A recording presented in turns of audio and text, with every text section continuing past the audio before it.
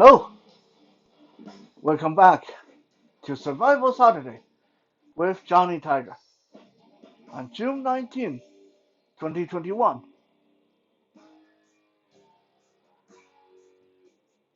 We just recently learned a lot of techniques, principles of how to go on the offensive while you're on the ground. Things are somewhat in the grappling section of your self defense. So today I want to talk about something that is related to that because it's a principle that everyone needs to get comfortable with. Otherwise, you may find yourself somewhat painting yourself into a dead end sometime. End up wasting a lot of energy, wasting a lot of effort, not getting anything accomplished.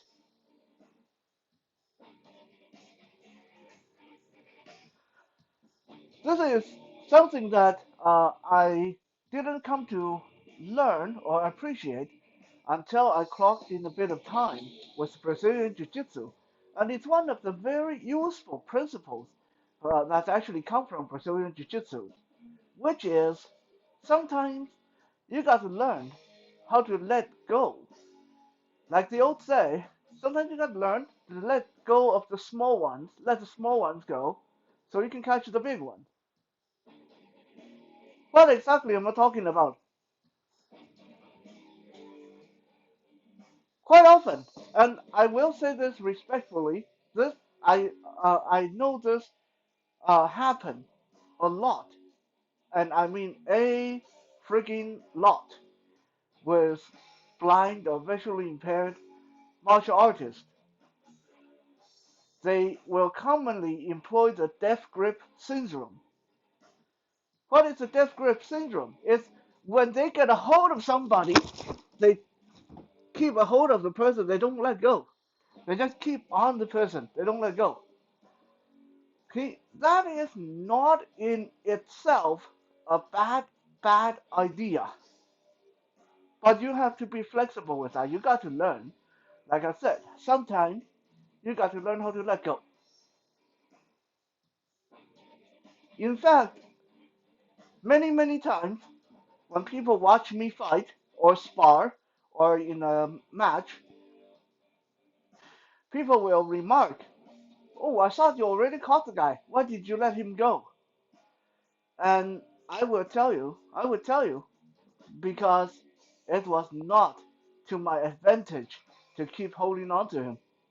So I much rather let them go and hoping, angling for better position than keeping that death grip on the person while not accomplishing a heck of a lot. Now, in tournament, in Brazilian Jiu-Jitsu and a lot of grappling tournament, they automatically discourage you from doing that. It's called stalling. If you hold on to somebody for longer than like 3 or 5 seconds, and then you're not doing anything, then the referee will usually try to break you apart because you're just killing time. But we're not talking about official tournament. I'm coming from this, from the self-defense perspective. Even in self-defense, when you get a hold of someone, when someone get a hold of you, when you get a hold of each other, you need to do something. If you don't have the good opportunity to do something, you might as well let them go and work for better position, better angle. A lot of people, when they give advices to blind, visually impaired martial artists, they will say things like, "Oh yeah, I'm sure once you get a hold of them, then you never let them go, right?" And a lot of I talked to a lot of blind, visually impaired martial artists. Some of them weren't even martial artists. I said, "Okay, what do you do in self-defense if someone do this and do that?" And the person will say something like, "I'll get a hold of them. If I let them come close, I'll get a hold of them, and then I won't let them go. I'll just hold on to them and uh, choke them out or hit them from there." Again, it's not a very good idea if your only battle plan is get a hold of someone and don't let them go. Because you never know if the person you get a hold of may have better grappling experience than you do. Person you get a hold of may have a knife in their pocket. Eh? The person you get hold of might be a heck of a lot stronger. This actually happened to me before. I was in this one MMA sparring bout with someone that I'd never sparred with before. And in the beginning of the round, the person immediately engaged me in very close quarter striking. And I thought it was like a godsend opportunity because usually it takes me a long time of trying to get close, and trying to finally get the person, get a hold of the person and get them on the ground and submit them. This person is like just jumping right into close range and start striking with me. Uh, and I thought, okay, good. We're going to go for the grab. So I went in for the grab, and then the person came in for the grab too. I 1 second I was thinking, okay, this is it. I'm going to dominate him. Next second, I was tapping out. The person, he didn't even have much of a technique. He basically got his arm around the middle of my torso, under my arm, and he squeezed me so hard, I actually felt my own spinal column compress. It was so weird. That kind of feeling, it was such a scary feeling. I tapped out right away. That's how strong the person was. Okay, so engaging with someone like that would be a bad idea to stay in that grabbing distance. So today I'm going to show you guys a few examples of when is it a good idea to just let it go, let them go.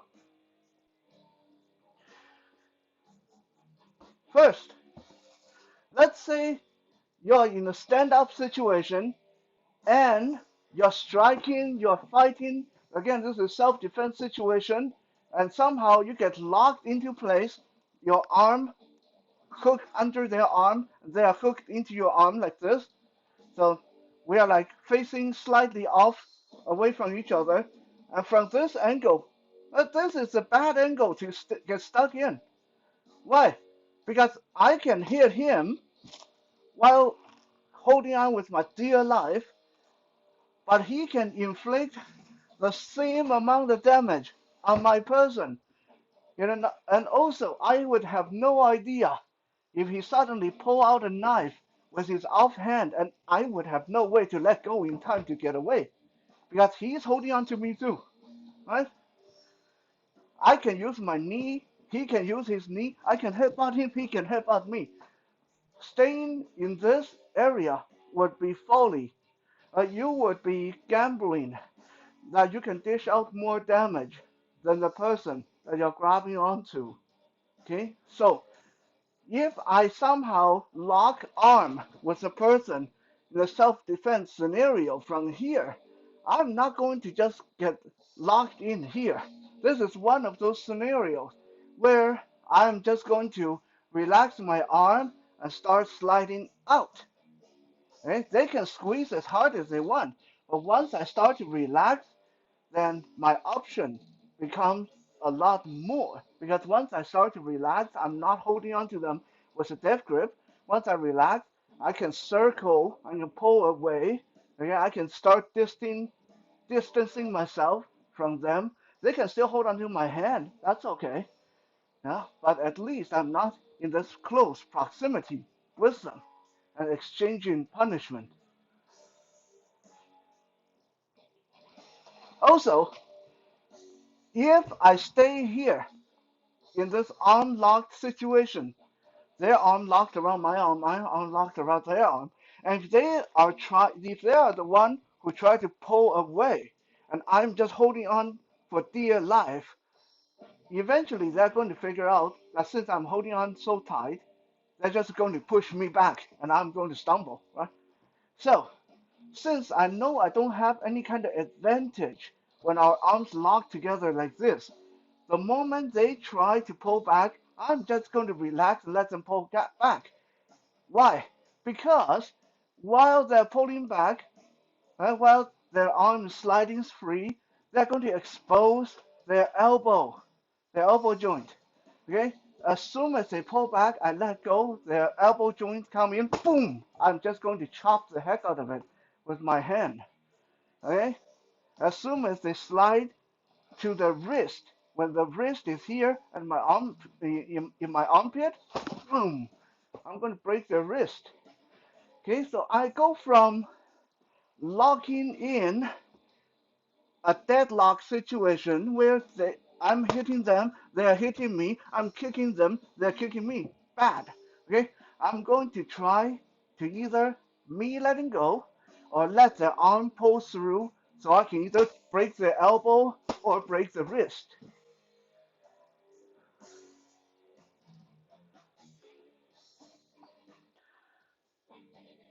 Another situation is if we're fighting, and suddenly we're clinched up. Okay, we're face to face. I'm catching on. I got them around the torso. They got me around the torso, and we're locked in. Okay, we're exchanging knee strikes with each other. We're headbutting the heck out of each other. I don't want to stay there. Okay, it's just going to take way too much energy. This is not a competition. I don't want to stand there and see who's the tougher guy. Okay, so if we are in this kind of a scenario where they are holding on to me, I'm holding on to them face to face in a clinch situation, I am just going to let go. Why? Because as soon as I'm letting go, assuming they're still holding on to me, my hand can immediately slide down between us and boom into the groin. Right? They can't block that because my leg is blocking their leg, their arm is around me. But my hands are now totally free. All I have to do is pop my head back to give myself room and boom into the groin. Okay? That's another reason why I want to learn to let go. Another instance where I actually do this a lot when I'm sparring and fighting. A lot of you, those of you who see me do it before, you will not recognize this. Right? I will come in and hook the person's head. Of course, the person's immediate response is trying to pull away. Eh? Most people, the moment their head gets hooked like this with my arm, they think I'm going for a headlock. So immediately they're going to try to go down, bend down, or they're going to pull away. And that's when I'm going to let them go. Why? Because I already have something else figured out. I'm going to let go and turn and hammer right into the face with a spinning hammer fist. Okay? So I'm using this natural reaction of that they're going to give me. This is fight psychology. Okay? I'm going to predict the moment I lasso their head with my arm, they're going to pull away.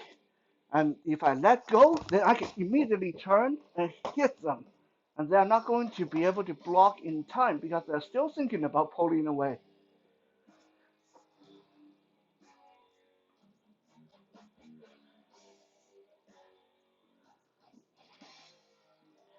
There are many, many, many instances where letting go, letting them move, will just give you a much better chance of finishing the fight faster, easier than just staying there holding on to the person for dear life. Remember, at the end of the day, for us human, our most devastating, our best weapon is our brain. All the other stuff, your martial art, your self-defense, your muscles, your knives, all the other stuff, secondary. So learn to use your brain to defend yourself. Thank you for checking out today's Survival Saturday.